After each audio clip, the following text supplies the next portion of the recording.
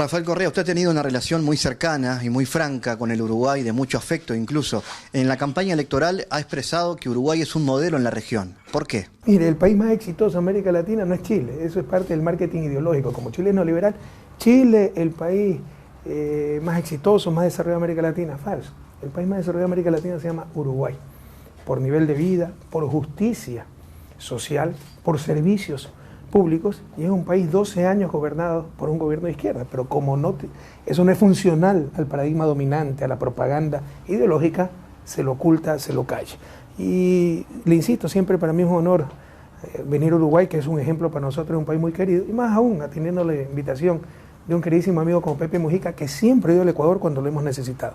Cuando lo hemos llamado para compartir conversaciones, foros, etcétera, siempre ha estado ahí.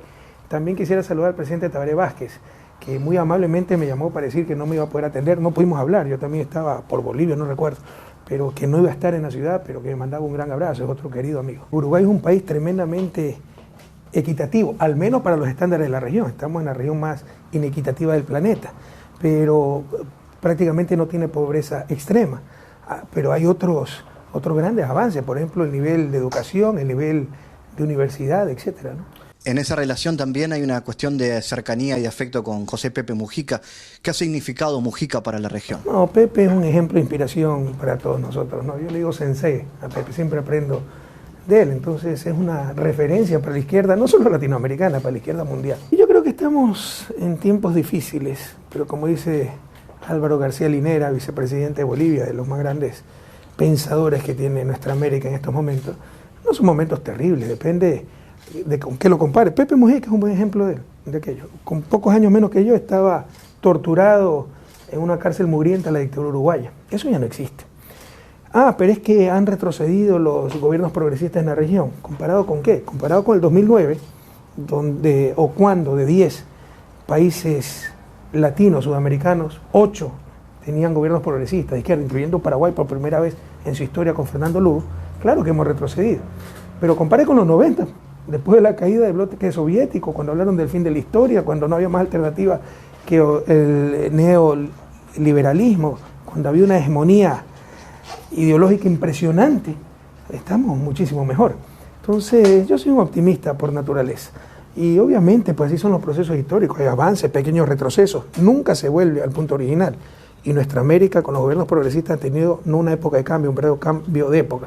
Pero ya se ven avances nuevamente, por ejemplo la victoria electoral en las elecciones presidenciales en Ecuador y muy pronto en Brasil, porque el experimento golpista de esa derecha brasileña, que no es una derecha brasileña, es derecha continental e internacional, es un fracaso total. En los últimos tiempos, en ese resurgir de los gobiernos conservadores del que hablábamos, se ha buscado instalar la idea de que los gobiernos de izquierda hay faltas de transparencia. ¿Le preocupa eso? La prensa mercenaria, que ha sido nuestro principal adversario, ¿no? Los movimientos de derecha que al menos en Ecuador se derrumbaron por sus propios errores, y de ciertos grupos empresariales que son totalmente carentes deliberadamente de autocrítica. No puede haber corrupción en el sector público sin corrupción en el sector privado. Caso de Brecht, empresa corrupta y corruptora, pero no.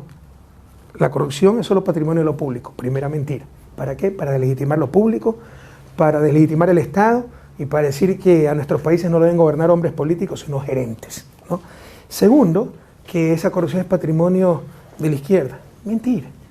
El caso de Brecht ocurrió en 12 países, con gobiernos de izquierda, como en Ecuador, con gobiernos de derecha, como en Colombia, pero usted no escucha nada de Colombia, solo ataques contra países como Ecuador, porque lo están utilizando de arma política para deslegitimar a nuestros países. Es el libreto que les dio resultado a nuestros gobiernos, perdón, que les dio resultado en Brasil. Recuerde que empezaron con Dilma, vinculándola a casos de corrupción. La desgastaron políticamente, la llevaron a un juicio político por otras causas, con el aplauso de la gente porque ella estaba desgastada políticamente y la destituyeron. Hoy resulta que es inocente de todo, pero ya está destituida, ya no es presidenta de la República. Entonces el mismo libreto, la misma estrategia en Ecuador, por ejemplo, en el caso concreto, pero en general contra los gobiernos progresistas. ¿Cuál es la verdad? Que nosotros hemos luchado a muerte contra la corrupción, ya no existe la corrupción generalizada en Ecuador. Antes, perdón, es que hablo así en mi país, pero era la realidad, desde que entraba al aeropuerto para pasar migración ya tenía que dar alguna propina, para sacar una cédula tenía que dar alguna propina, ya no existe nada de eso. Pero ¿cuál es la corrupción que queda? La corrupción de un traidor, de un deshonesto que recibió una coima en una cuenta en un paraíso fiscal. ¿Cómo evita eso? Con parapsicología. Eso solo se evita, como hemos hecho en Ecuador, prohibiendo a los funcionarios públicos por medio de consulta popular que tengan cuentas en paraísos fiscales y, en caso de descubrir estas cosas, sancionarlas con todo el rigor de la ley. ¿Cuál será su futuro, Correa? Créanme que nunca me ha interesado mi presente y mi futuro político, solo me interesa servir a mi patria. Creo que he dado todo lo que pude estos 10 años, estoy cansado. Tengo una deuda enorme con mi familia, que ha sido la gran sacrificada, entonces me voy a vivir unos años a Bélgica, donde es oriunda mi esposa. Además, mis hijas están estudiando, una en Bélgica, otra en Francia, entonces para la reunificación familiar y devolverle un poco a la familia todo lo que le he quitado estos años.